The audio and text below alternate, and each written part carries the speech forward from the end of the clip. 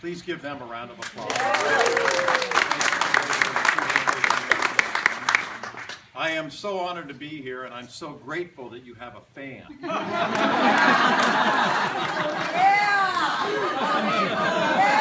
What's wrong with being comfortable? Thank all of you for coming, in all seriousness. This is a special moment. It's a great beginning for a great woman, a great Floridian, a great mother, a great business owner, a great running mate for Lieutenant Governor. Yes. You all know Annette and how great she is. I mean, truly fantastic. And I was so excited when we had the chance to talk recently, and she told me she was thinking about running for Congress. And it's just really makes me feel so good that things will continue to move forward on the right path, for the right reason, with the right person. And I know that Annette can win this race. We won it last time. By 7,000 votes. So this is a very doable mission. And Ben and Barbara and David and those of you who really follow politics so closely all know that, you know, winning is so important. And we have to get reasonable, good people. And most importantly with Annette, the reason I picked her to have as a running mate was I knew she was smart. You know, I knew she had great integrity. I knew she cared about people. But what I learned about her and getting to know her better and better is her wonderful heart. Really. And we need people like that in politics now more than ever, because it seems to be missing. I mean, the president's great, and we have some great people that are serving in public office in Florida, but we need more good people serving in public office that really care about you, the people. So, without more, I am so honored and so privileged to have the opportunity to introduce the next Congresswoman from the 26th District, Annette Taddeo.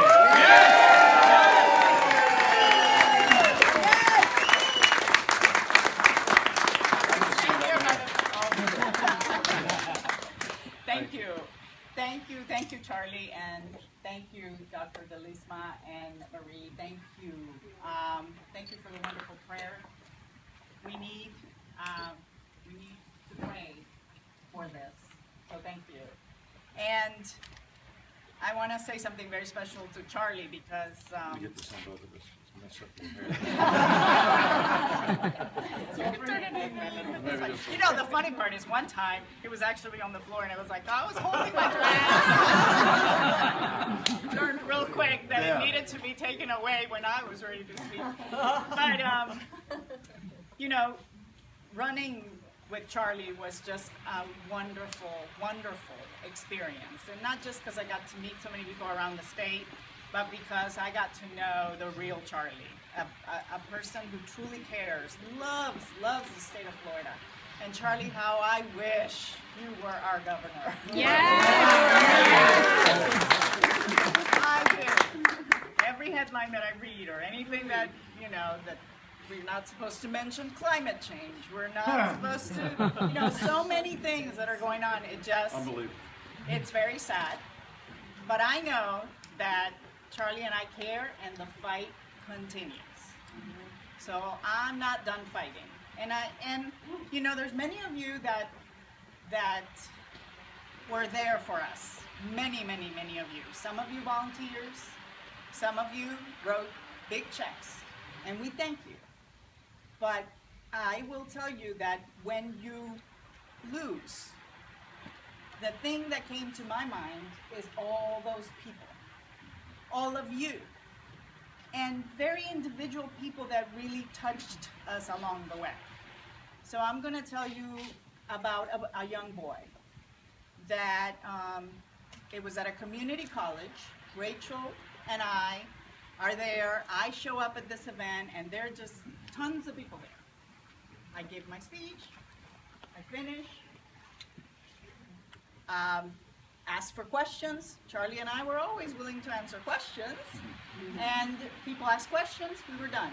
This kid comes up to me and he gets real close and he goes, I just didn't want to ask in front of everybody, but I wanted to know if you and Charlie were going to be there for me after you get elected. And I said, well, of course. What is it? What's your issue? Is it college funding? Is it what is it? I assumed, because we were at a college, community college. And he goes, no. And then he gets closer and he goes, I'm gay. Oh. And he said it very softly. And he was almost in tears, almost embarrassed. And I hugged him and I said, don't you ever be ashamed of who you are. Charlie and I love you for who you are, and I want you to live in a state and a country where you never, ever have to find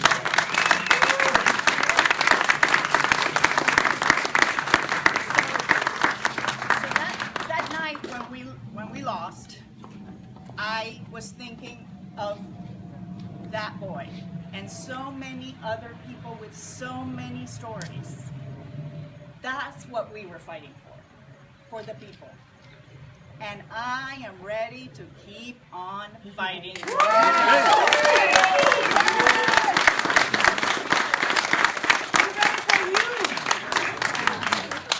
So I want you to know that many of you know I built a business, and in my business, which is a translation business, what I do is, at my company, when you translate, you sort of bridge the divide, the linguistic and cultural divide. And so I've been doing this 20 years now, all my life, pretty much. The newspaper did add a year to my age, I want you to know. But I've been doing that all this time, and I want you to know that I feel that in Washington right now, our voices, the voices of South Floridians, are being lost in translation. Because we're only hearing the voices of special interests and the lobbyists. So I'm running to be the voice for Florida 26 and for South Floridians. That's why I'm running. I want to be the voice for small business owners like myself. I want to be the voice for immigrants that want the American dream that I have been able to accomplish. I want to be the voice for hardworking moms who are juggling. My daughter's supposed to be here any minute now. So that's why I'm running, to be that voice. And I'm a fighter. I'm somebody that, was raised by a World War II fighter pilot. And he, when I was growing up, he would show me the pictures of those planes, the planes with the big smile and the teeth. That's what my dad flew. And growing up with a fighter pilot dad, he was tough. He was tough. And one time, I got in trouble at school. I got into a fight, a physical fight. And so, of course, he had to come pick me up. I was in trouble. As we're going home, he asked me, why did you get into a fight? That's just not, okay. And I said, Daddy, I was defending a girl they were making fun of. And he said to me, I am so proud of you. I know you got in trouble at school, but never ever stand in the sidelines when the fight is worth getting in.